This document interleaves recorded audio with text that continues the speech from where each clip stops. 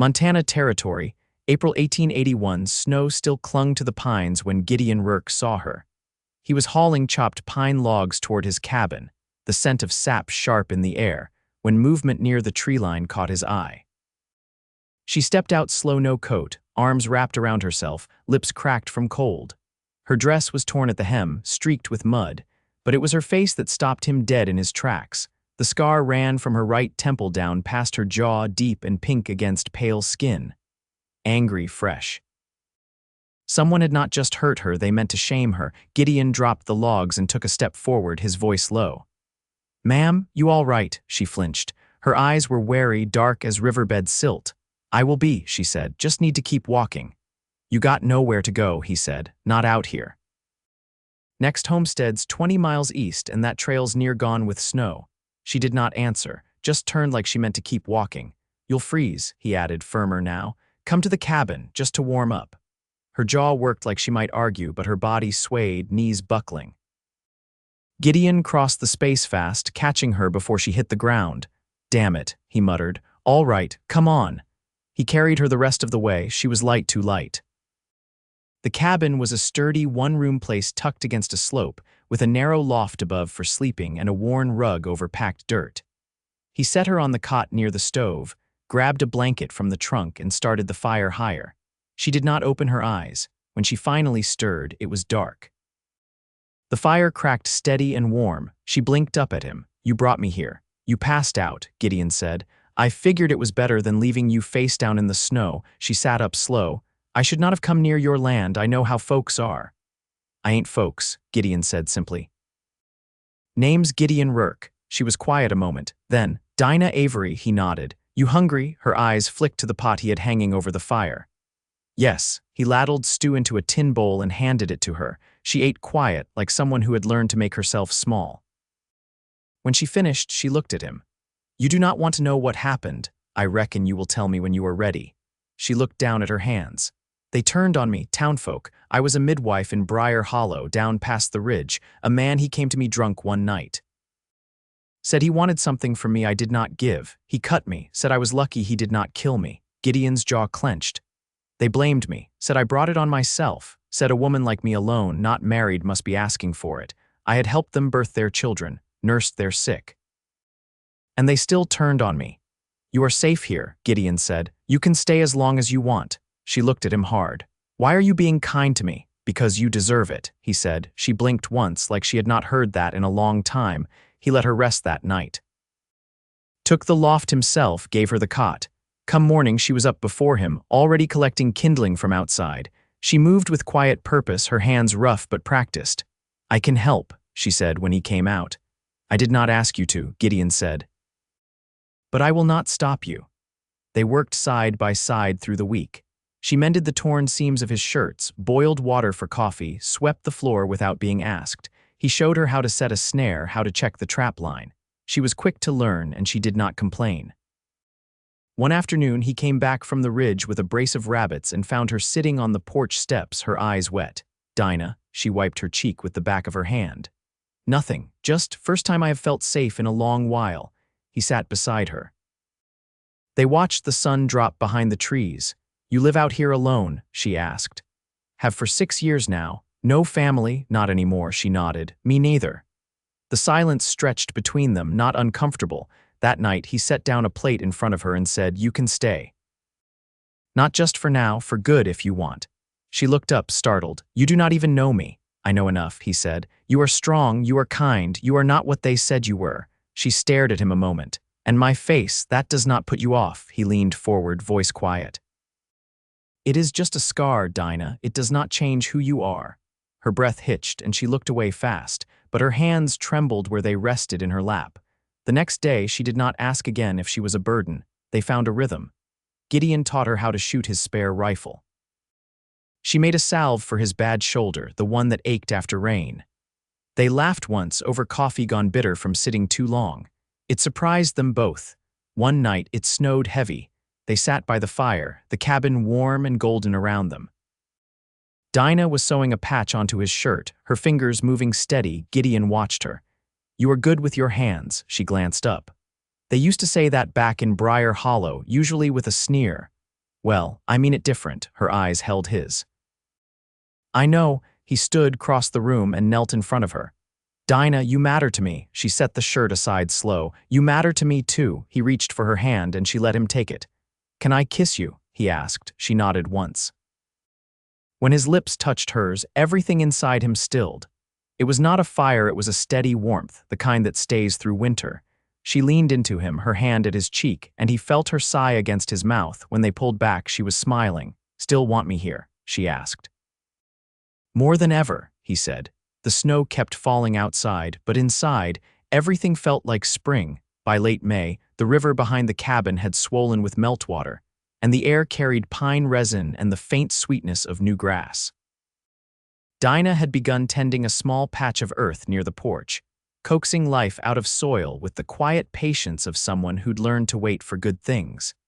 Gideon watched her from the barn, where he was repairing the yoke harness. The way she moved, deliberate, steady, had become familiar, though nothing about her ever felt taken for granted. She paused to pull her braid tighter, then went back to digging with the flat of a spade he'd shortened for her hands. I was thinking, she said later, wiping her brow as they sat on the porch rail, we could trap muskrat down by the bend. Their pelts fetch well if you stretch them right. Gideon nodded. You ever done that before? My father taught me, she said. Before he passed, we lived near the Red River. Winters were lean if you didn't know how to catch what you needed. He leaned his elbows on his knees. You never mentioned your folks. She looked toward the trees. They're both gone. My father from fever, my mother from a bad birth. It was just me after that. I did what I could to stay ahead of sorrow. He didn't press her. Instead, he offered, I've got a few traps that need mending. After supper, we can sit by the fire and fix them. She turned to him. You always offer time like it's something you have in endless supply. It's not endless, he said. That's why I offer it.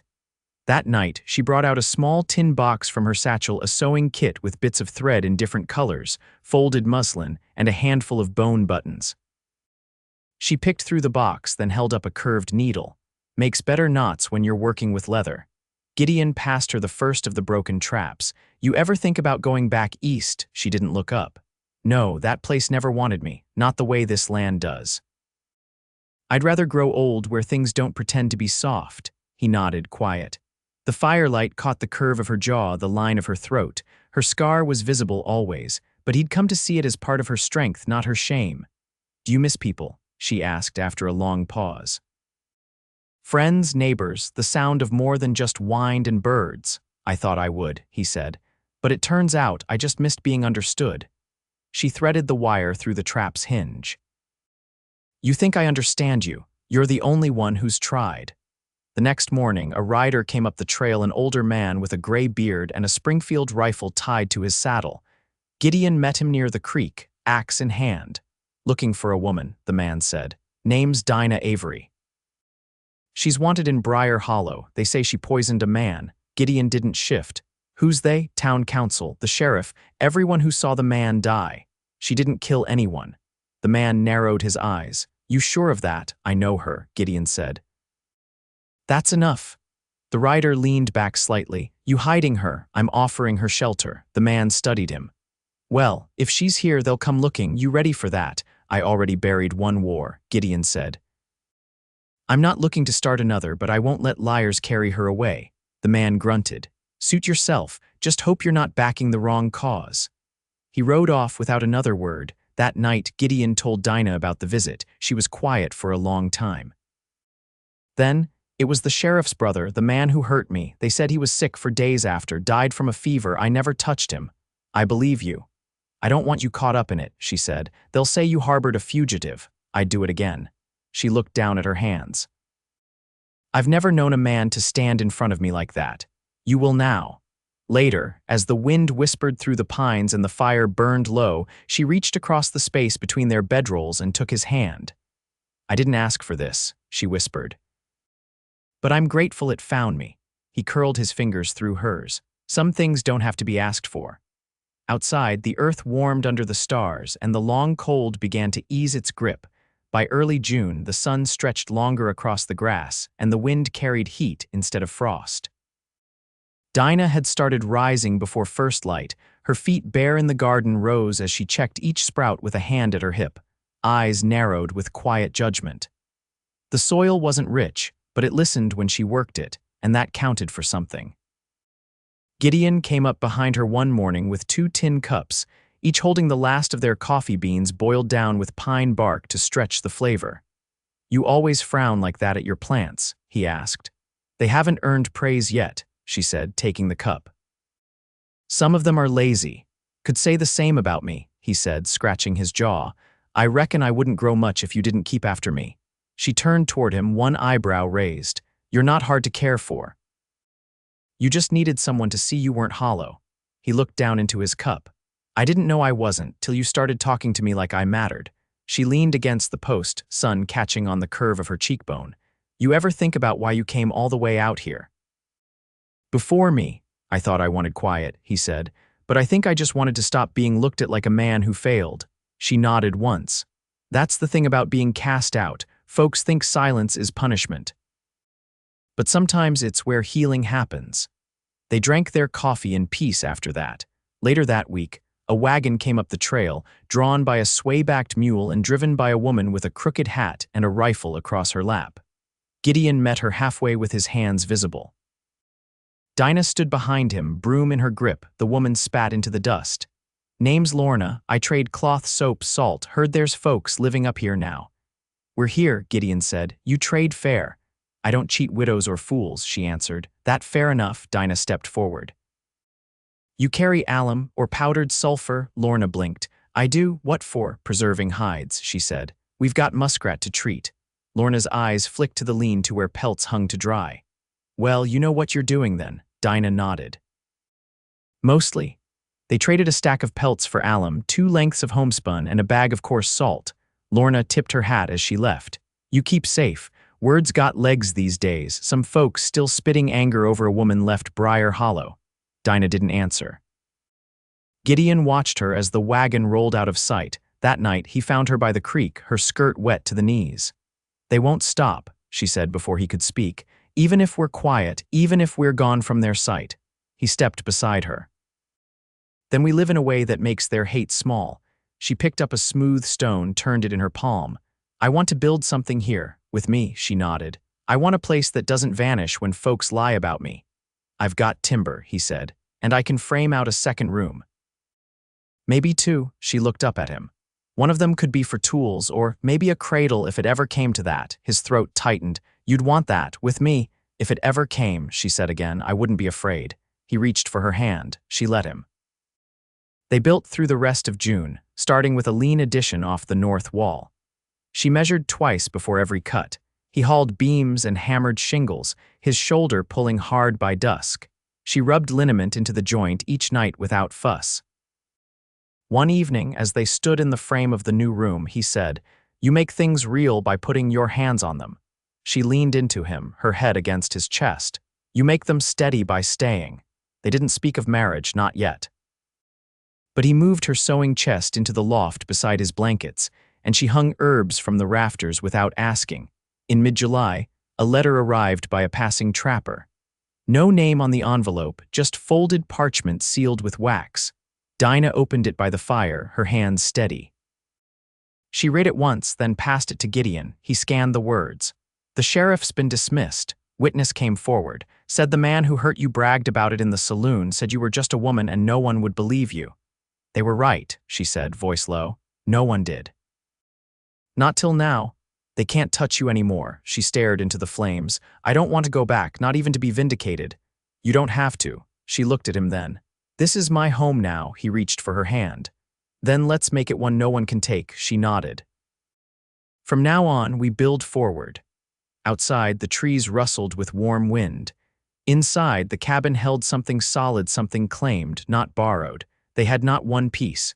They had made it, piece by piece, with weathered hands and quiet vows.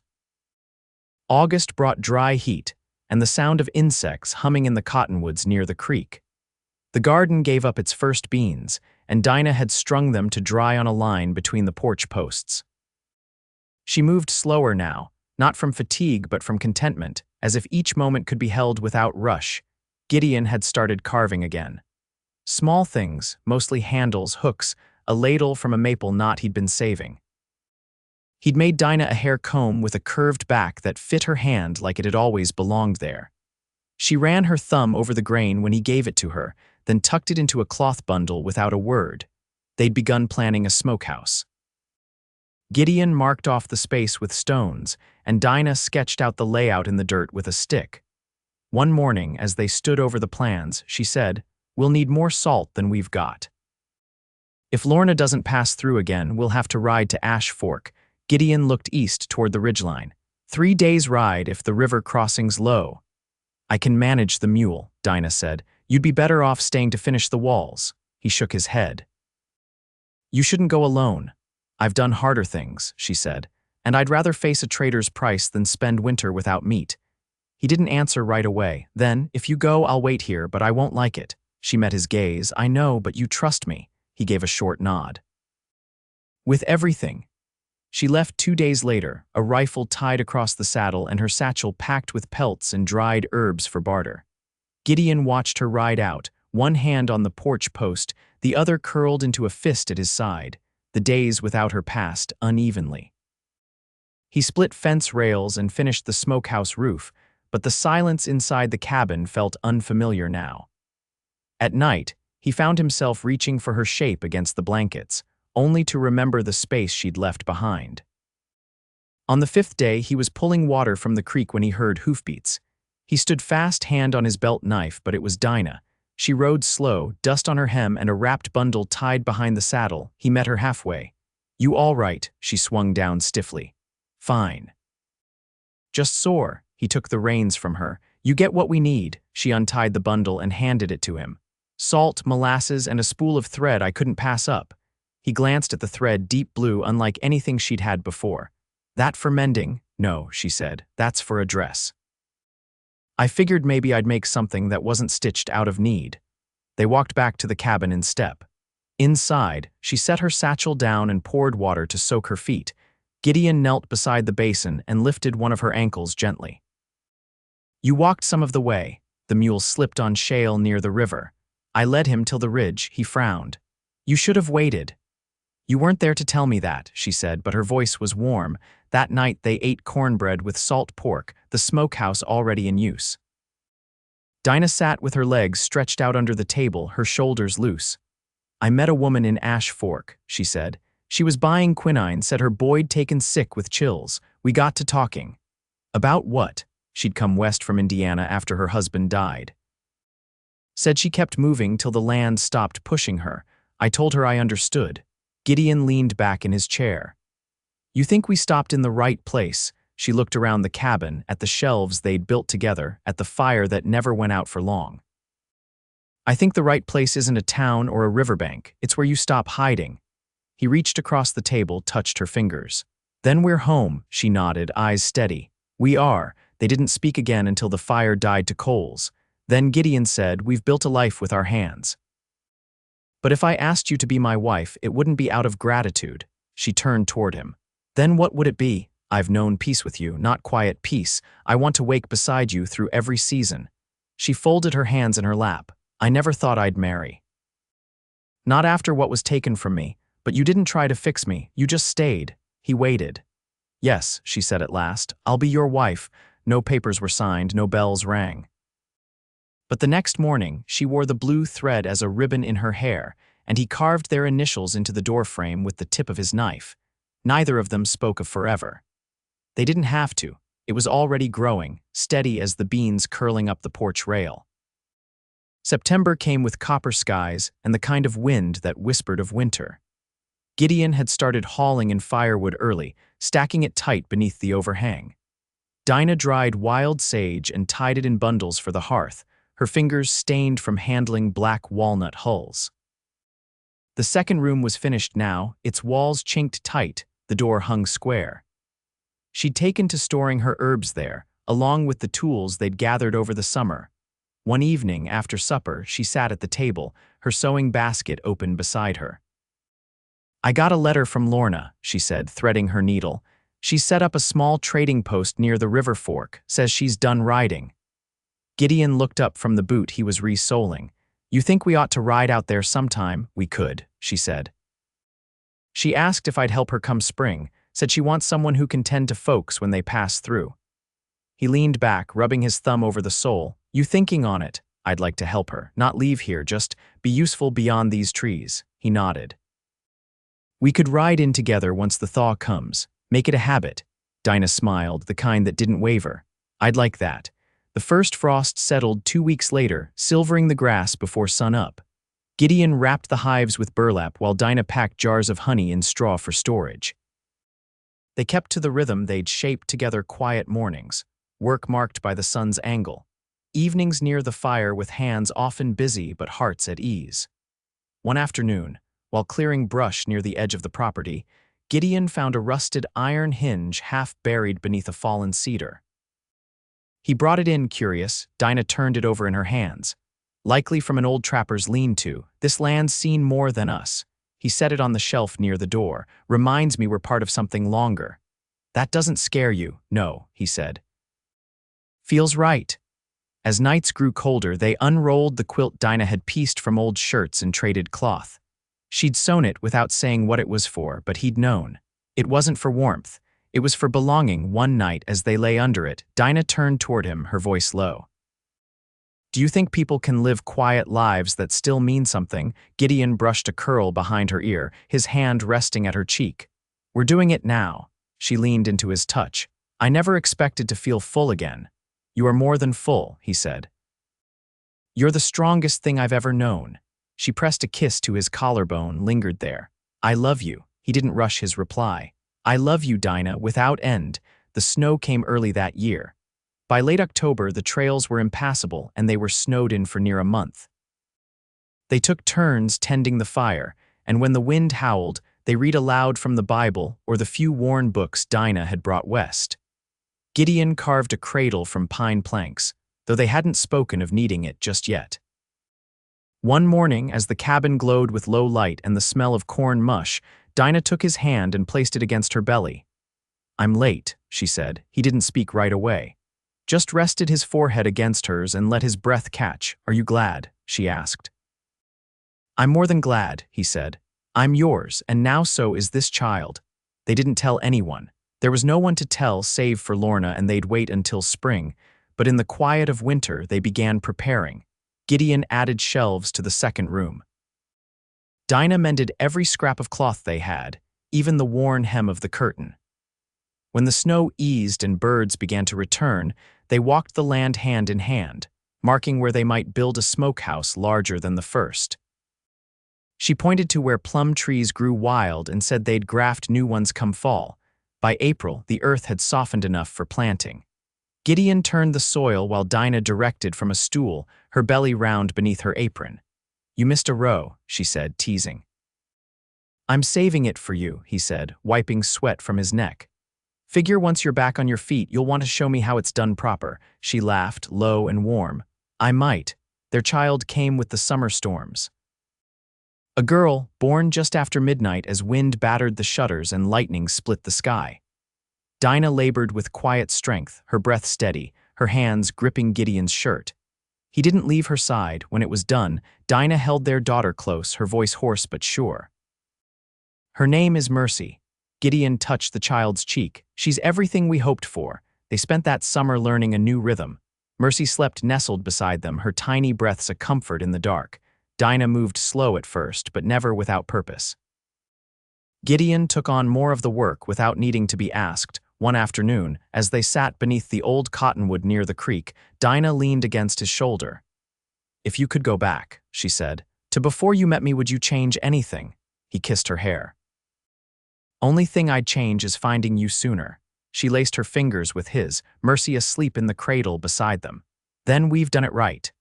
They stayed by the tree until the sun dipped low, the shadows long and gold. No one came looking for them anymore. There were no debts owed, no names to clear. Just the land, the cabin, and the life they'd made with nothing but love and labor. And that life held, through each season, through each storm. They chose each other again and again, not out of need, but out of the deep, quiet joy of being truly seen. They were never alone again.